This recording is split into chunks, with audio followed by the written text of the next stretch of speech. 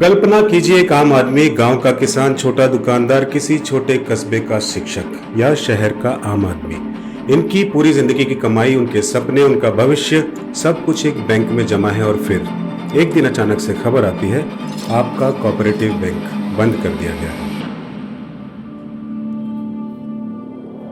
New इरा world यानी कि नए युग की नई दुनिया में फिर से आपका स्वागत है।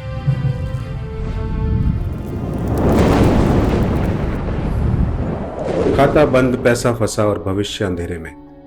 क्या आपने कभी सोचा है कि पिछले एक साल में कितने सहकारी बैंकों पर ताले लग चुके हैं? आरबीआई ने बीते समय में दर्जनों सहकारी बैंकों पर पाबंदी लगाई है। पिछले 10 साल का डेटा खोजिएगा, आप हैरान हो जाएंगे, परेशान हो जाएंगे। रीसेंट एग्जाम्पल की अगर हम बात करें तो आरबीआई ने न्यू इंडिया कोऑपरेटिव बैंक के बोर्ड को भंग कर दिया है। शीर्ष बैंक ने जमाकर्ताओं को धन निकालने और बैंक को नए ऋण जारी करने पर अस्थायी रूप से रोक लगा दी है। इसी तरह कई बैंकों का लाइसेंस रद्द हुआ है पास्ट में, कुछ पर लेन देन की सीमा लगा दी गई है। और सबसे बड़ा सवाल ये कि क्यों, आखिर क्यों इस तरह का संकट आता है? कारण सिर्फ एक नहीं, अनेक होते हैं। कुप्रबंधन एक कारण होता है, अंदरूनी भ्रष्टाचार एक कारण होता है, नियमों की अनदेखी की जाती है, जोखिम भरे कर्ज दिए जाते हैं और राजनीतिक दखलंदाजी जैसे मेजर कारण। जब भरोसा टूटता है तो सिर्फ पैसे नहीं, सपने भी चकनाचूर हो जाते हैं। और एक बात कहें आपको, इसका असर सिर्फ खाता धारकों पर नहीं, पूरे समाज पर पड़ता है। किसान की फसल गिरवी रखी है, बेटी की शादी के पैसे बैंक में फंसे हैं, दवा के लिए पैसे चाहिए, पीएफ के पैसे थे, रिटायरमेंट के पैसे थे, जमीन बेच के पैसा जमा कराए थे कि कोई और जमीन लेंगे। क्या क्या विषम परिस्थितियां हो सकती हैं, सोचिए जरा। और बैंक कहता है अभी निकासी पर रोक है। आपके अपने पैसे जिस पे बैंक पैसा कमाता है, उस पर निकासी की रोक है। आपके अपने पैसे जिसके डूबने में आपकी कोई गलती नहीं है, उस पर निकासी की रोक है। वो पैसा आपने एक विश्वास और सेफ्टी के तहत वहां रखा था, उस पर निकासी की रोक है। आरबीआई की तरफ से लीगल एक्शंस, पॉलिटिशियंस की आपस में प्रतिस्पर्धा का दिखावा, क्या इतने से सेटिस्फाई हो जाते हैं हम सब लोग? देखो जी, इनके समय में 1 लाख की गारंटी थी, हमने 5 कर दी। किसी का कोई भी अमाउंट हो, उसके सिवा सब स्वाहा। आरबीआई जब लाइसेंस देता है तब ऑडिट्स होते हैं सीमित अंतराल में, तब कुछ सामने नहीं आता, अचानक से सब बंद। बड़े बड़े लोन बांट दिए जाते हैं, वो सब आपका पैसा है जो चंद लोग खा जाते हैं। क्या इसमें ट्रांसपेरेंसी की जरूरत नहीं लगती आपको? क्या बैंक को, आरबीआई को, सरकार को, इससे जुड़े हर संस्थान को रिस्पॉन्सिबल और ट्रांसपेरेंट नहीं किया जाना चाहिए? ऐसे ही लोन ना बांट पाए कोई भी किसी को। वैसे भी आपको क्या लगता है, क्या यह सिर्फ एक बैंक का मामला है? नहीं, ये भरोसे का मामला है, आर्थिक सुरक्षा का मामला है। लेकिन इसका हल क्या है? क्या हर साल कुछ बैंक बंद होते रहेंगे? क्या गरीब और मध्यम वर्गीय जनता यूं ही ठगी जाती रहेगी? नहीं, समाधान है, और समाधान हमें ही निकालना होगा, हम सबको निकालना होगा।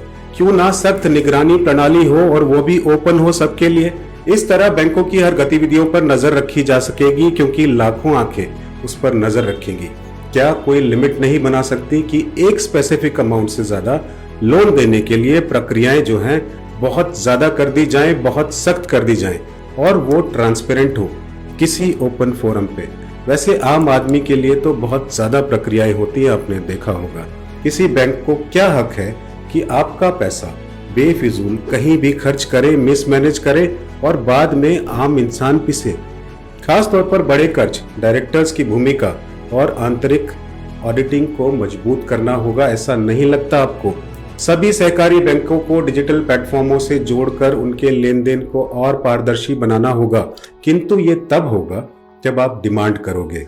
किंतु ज्यादातर के लिए ये मुद्दे ही कहाँ हैं मन में? आज के युग की इस दुनिया में क्या परिवर्तन नहीं लाना चाहिए आपको अपने अंदर? जरा सोचिए। चंद लोग हाँक लेते हैं इतने बड़े स्केल पे लोगों को, और हम सवाल भी नहीं खड़ा करते। सवाल के साथ साथ जरूरी है जागरूकता। अकाउंट होल्डर्स को भी जागरूक होना होगा कि वे अपने बैंक की स्थिति पर नजर रखें। कहीं ऊंचे ब्याज दर के लालच में वे किसी जोखिम भरे बैंक में पैसा तो नहीं जमा कर रहे, ये भी सोचने वाली बात है। और रही बात आरबीआई की, जो लाइसेंस देता है उसको भी जवाबदेह बनना होगा। सिर्फ लाइसेंस रद्द कर देना कोई सॉल्यूशन नहीं है।